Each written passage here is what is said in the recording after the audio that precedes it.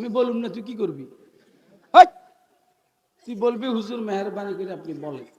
ক হে কব বলো। গুদ্দা কত বড়, বলেন বলেন। আমি বলুন না, যা ম্যাডাম।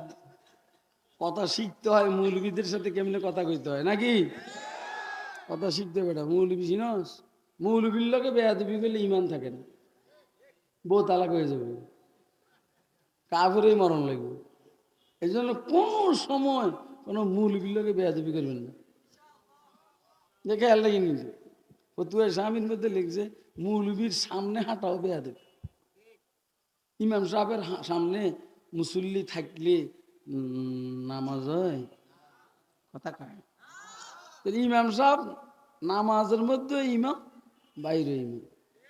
এদেশের মানুষ, এদেশের মানুষ ইমাম সাহেবদেরকে মসজিদের ভিতরে ইমাম মানে, বাইরে মানে না। যদ্দূরে মানে ওদ্দূরে চুরি নাই, বেশির থেকে বেশি 2-1 জোড়া জুতা চুরি হয়। আর বাহিরের বিশাল জগতে ইমাম মানে আর নেতা মানে টাউটার বাটফারদেরকে। এজন্য টাউটার বাটফাররাও চুরি করে, জনগণও চুরি করে। আমার কথা বুঝে না? কে কে বুঝছেন হাত উঠে দেখান। পানি খাবা, পানি খাবা। দাঁড়াইয়া দাঁড়া দাঁড়া দাঁড়া দাঁড়াইয়া তকবীর কর। বৈশা তকবীর এখানে গ্রহণযোগ্য না, চিৎকার দিয়ে কর।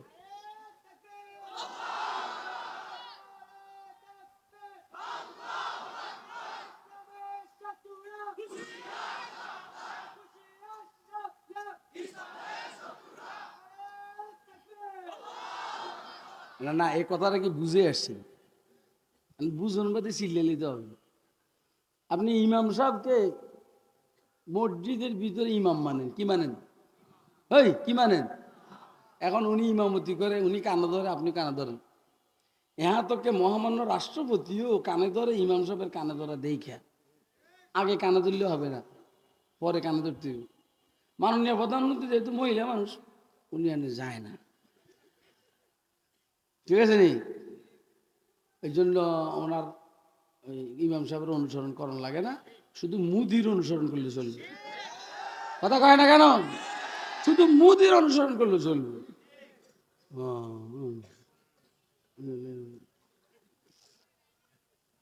আমার বক্তব্য হলো, ইমাম সাহেবের অনুসরণ আমরা মসজিদে করি, ওনারে ইমাম মানি। উনি ওয়ালাদ্দালিন পর্যন্ত পড়া শেষ হইলে আমরা কি কই? এর আগ পর্যন্ত আমরা কোনো কথা কই? একদম চুপচাপ থাকি। এবারে আমরা দস্তখত করছি, আমিন। ইমাম সাহেব এতক্ষণ যা কইছে আল্লাহ আমাদের পক্ষ থেকে আপনি কবুল করেন। আর ফেরেশতারাও যেহেতু আস্তে আমিন কয়, এই জন্য হানাফি মাযহাবে কয় যে আমিন আস্তে বলা মুস্তাহাব।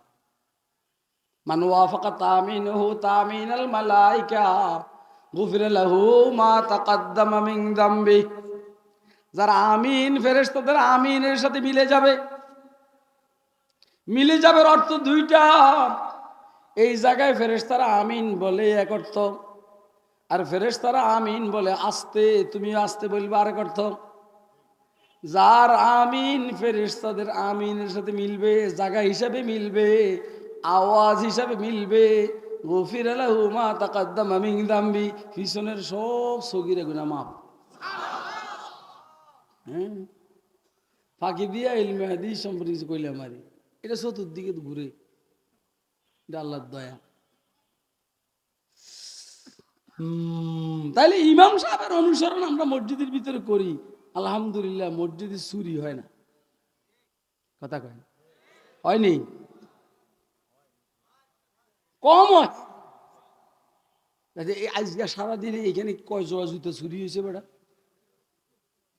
আশ্চর্য কারবার। হ্যাঁ, যে মসজিদের কমিটি ইমাম সাহেবের উপরে প্রভাব খাটায়, ওই এই শালারা প্রায় সব চোর। কথা কয় না কেন? কেন? এই জন্য যে ইমাম মানে না। ইমাম রে এই চাকর মনে করে, চাকর। যদি ইমামরা চাকর মনে করে, এই জন্য চোর।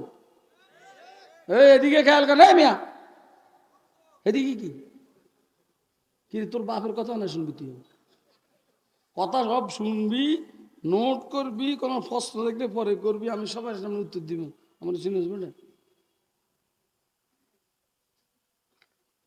যে মসজিদ কমিটি যারা ইমাম সাহেবের উপর প্রভাব খাটায়, মানে না, শাশুইয়া সেক্রেটারি, শাশুইয়া সভাপতি, শাশুইয়া কেশিয়ার, এদিন অনেক সময় মসজিদের টাকা মাইরা খায়। কথাটার সাথে কি আপনারা একমত? কে কে একমত হাত তুলে দেখেন। রাখ বেটা, চিনো জামা করে কল যে গুদ্দে সব খুলে এলাম কথা দিয়ে। বাকি আপনাদের এই অঞ্চলে এরকম নাই, হারামও নাই। না না, এটা শামীম ওসমানের এলাকা, আমার ভাই শামীম ওসমানের এলাকা। ও একটা গ্রাজুয়েট লোক, অতএব এই এলাকার লোক যারা এরা খারাপ হওয়ার কথা না। যদি কপালের গুণে কেউ খারাপ হয়ে যায়, এটা তার কপালের দোষ। না সওয়াদ নসিবে দুশ্মন কে সওয়াদ হালাকে তিগত, না সওয়াদ নসিবে দুশ্মন কে সওয়াদ, এ বেটে ভাই, না সওয়াদ নসিবে দুশ, আর সামনে আগা এদের ভিতরে দে আঙুল দেখাইছস, কোন আঙুল দেখাইছ? কানি আঙুল নেই, একদিন দেখেছে কানি আঙুল, উদ্দেশ্য হইল এরম শিকল যা, অসভ্য পোলা পানে তুই শিকুনিটা কি তুই। না সওয়াদ নসিবে দুশ্মন কে সওয়াদ হালাকে তিগত, সারে দোস্তা সালামত के तू खंजर आजमाई, सारे दोस्ता सलामत के तू खंजर आजमाई। উম্মতের উলামায়ে কেরামের অনুসরণ করতে কুফল লাগে, কথা কয় না কেন?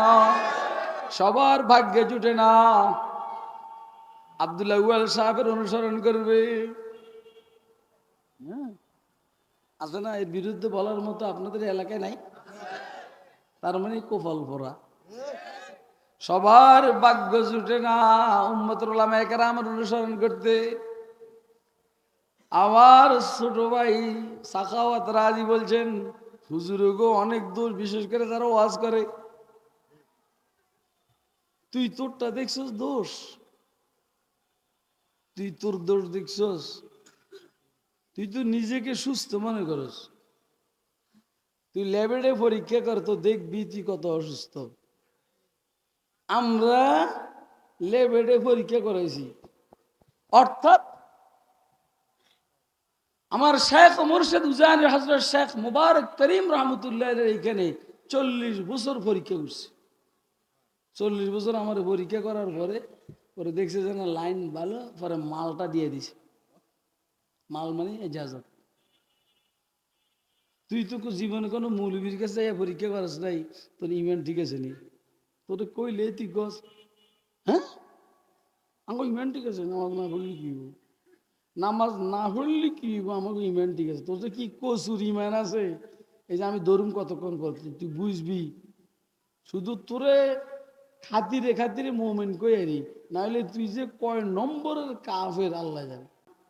কারণ শীতকালে গরম লাগলে ঘুম আসে, আর শীতকালে যখন কান দিয়া শীত ঢুকে বাতাস ঢুকে তো আর ঘুম আসে না। গরমকালে ঠান্ডা লাগলে ঘুম আসে, শীতকালে গরম লাগলে ঘুম আসে। এবার আমি জীবনে মাফলার পেঁচাইয়া কান ঢাইকা ওয়াজ করিও না, চলিও না, সবসময় এমনি গলার মধ্যে কোনো মাফলার পেঁচাই না। এটা বুয়া মানুষের কাম। আমি কি সোজাই বুয়া? তাহলে আমি এটা বাঁধুম কেন?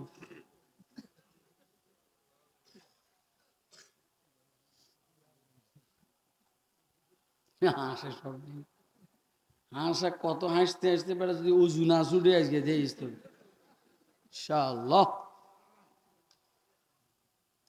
আল্লাহ আদর করিয়া উম্মতে মুহাম্মদিয়ার মুমিনদেরকে ডাক দিয়েছেন, ইয়া আইয়ুহাল্লাযীনা, ও মুমিনরা। মিসকিন ডাকও খারাপ না, গেলে তো অনেক লম্বা কথা হবে, আপনারা বিরক্ত হয়ে যাবেন। এটা সময়ে আপনারা বিরক্ত হয়ে যাবেন, কিরে হুজুরে সারা নাকা, যেহেতু ওয়াদা করছেন যাইবেন না, এই জন্য যাইতে পারবেন না, কারণ আপনি মুনাফিক হয়ে যাবেন, কবিরা গুনাহ হবে, এই জন্য যাবেন না, কিন্তু বিজয়ীদের বিরক্ত হয়ে যাবেন। এই জন্য আমি আপনাদের বিরক্তির কারণ হতে চাই না। আবার বলেন আপনি তুই ওয়াদা করস, তোর হুকুম করস তোর কোন বাপেরে,